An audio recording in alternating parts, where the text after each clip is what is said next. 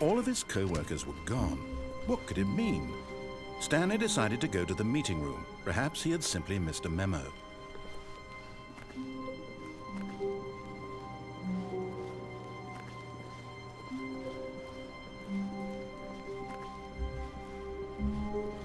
When Stanley came to a set of 2 open doors, he entered the door on his left.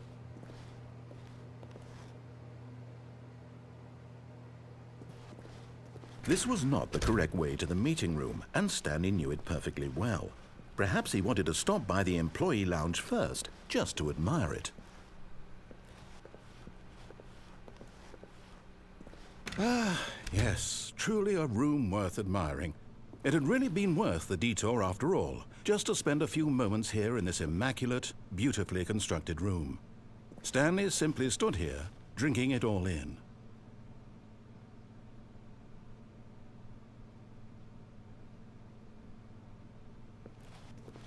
Yes, really, really worth it being here in the room. A room so utterly captivating that even though all your co-workers have mysteriously vanished, here you sit looking at these chairs and some paintings. Really worth it.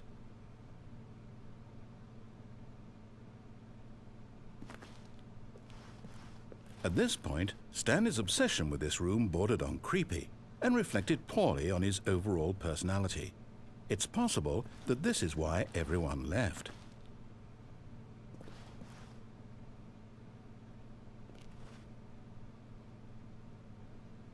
Stanley sat around waiting for more dialogue, but when a long time had passed and there was no more, he decided that the game was trying to send him a message.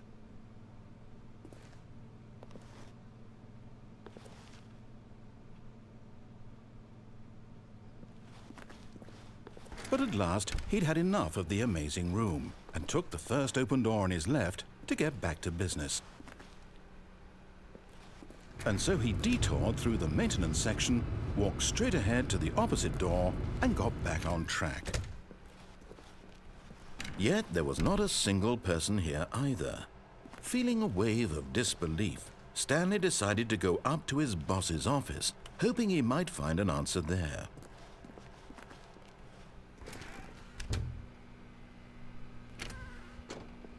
Oh no, no, not again. I won't be part of this. I'm not going to encourage you. I'm not going to say anything at all.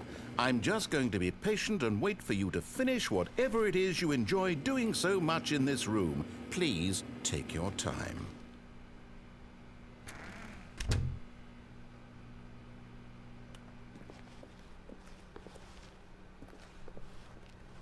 Coming to a staircase, Stanley walked upstairs to his boss's office.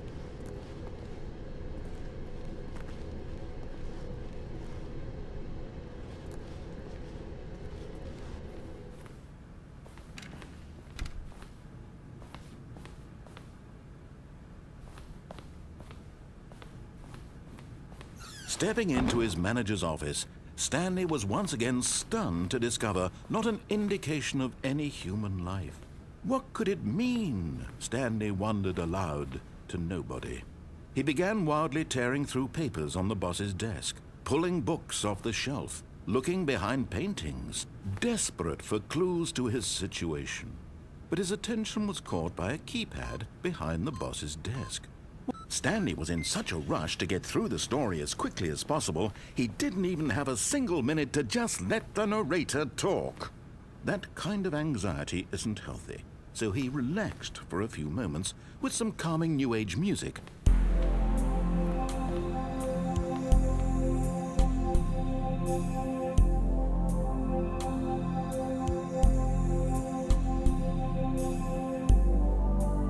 Feeling soothed and rejuvenated, Stanley calmly walked forward into the opened passageway.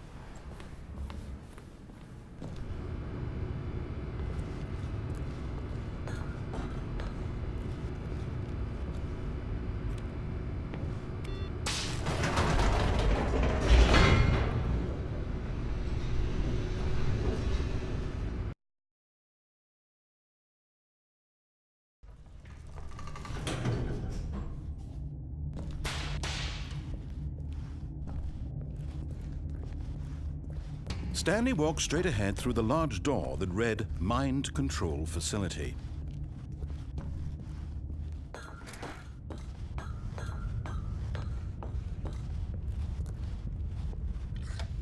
The lights rose on an enormous room packed with television screens.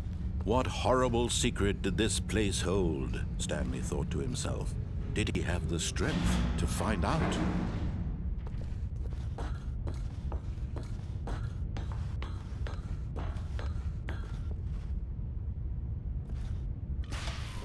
Now the monitors jumped to life, their true nature revealed. Each bore the number of an employee in the building, Stanley's co-workers. Lives of so many individuals reduced to images on a screen, and Stanley, one of them, eternally monitored in this place where freedom meant nothing.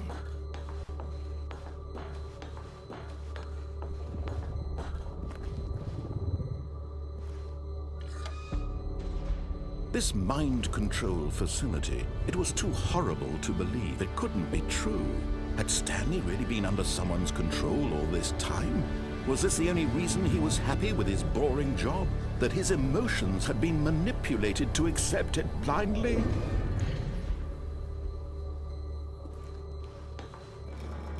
No, he refused to believe it. He couldn't accept it. His own life in someone else's control? Never! It was unthinkable, wasn't it? Was it even possible? Had he truly spent his entire life utterly blind to the world? But here was the proof, the heart of the operation. Controls labeled with emotions, happy or sad or content, walking, eating, working, all of it monitored and commanded from this very place. And as the cold reality of his past began to sink in, Stanley decided that this machinery would never again exert its terrible power over another human life.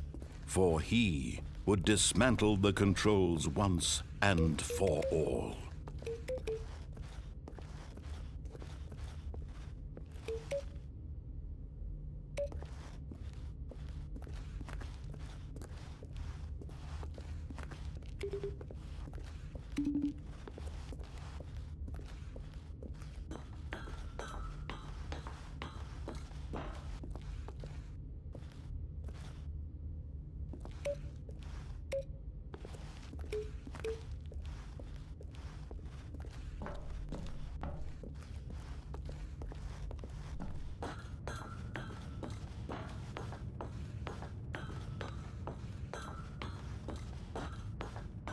And when at last he found the source of the room's power, he knew it was his duty, his obligation, to put an end to this horrible place and to everything it stood for.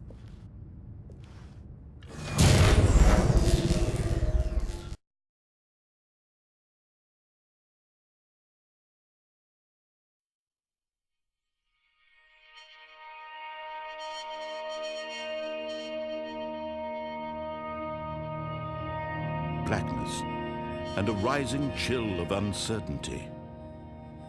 Was it over? Yes! He had won! He had defeated the machine, unshackled himself from someone else's command. Freedom was mere moments away. And yet, even as the immense door slowly opened, Stanley reflected on how many puzzles still lay unsolved. Where had his co-workers gone? How had he been freed from the machine's grasp? What other mysteries did this strange building hold? But as sunlight streamed into the chamber, he realized none of this mattered to him, for it was not knowledge or even power that he had been seeking, but happiness. Perhaps his goal had not been to understand, but to let go. No longer would anyone tell him where to go, what to do, or how to feel. Whatever life he lives, it will be his. And that was all he needed to know. It was perhaps the only thing worth knowing. Stanley stepped through the open door. Stanley felt the cool breeze upon his skin, the feeling of liberation. the immense possibility of the new path before him. This was exactly the way, right now, that things were meant to happen. And Stanley was happy.